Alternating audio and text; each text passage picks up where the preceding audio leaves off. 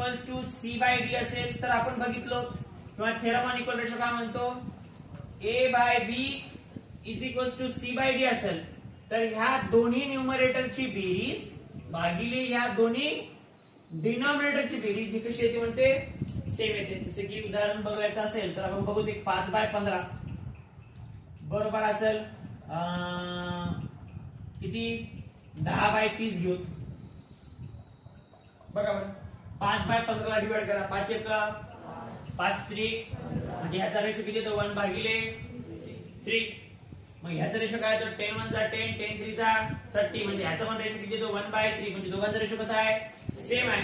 मग मग equal theorem on equal ratio काय म्हणतो की न्यूमरेटरची काय करा बेरीज किंवा किंवा किंवा काय न्यूमरेटरची बेरीज आणि डिनॉमिनेटरची बेरीज म्हणजे 10 आणि 5 30 आणि 15 25 तर ह्याचा रेशो आणि ह्याचा रेशो कसा येतो म्हणते सेम आहे. येतो का चेक करू.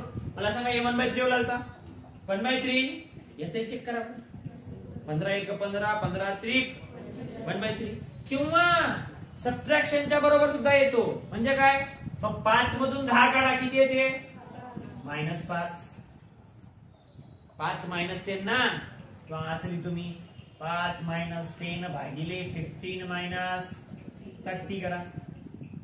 मग 5 मधून 10 गेले बेटा -5 15 मधून 30 गेले किंवा 30 मधून 15 गेले मायनस बघा बरं ह्याचा पण रेशो किती येते 1/3.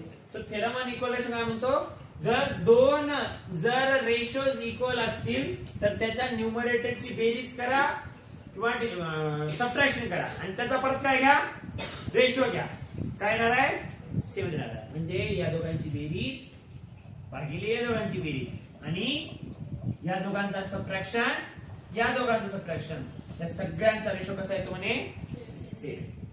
आता सर ह्याच्यातूनच हे काढायचं का असं काही नाही. सी मधून ए काढा डी मधून बी काढा त्याचा पण रेशो कसा येतो सेमच येतो. हा काय म्हणतो थेरम ऑन इक्वल रेशो. ठीक आहे.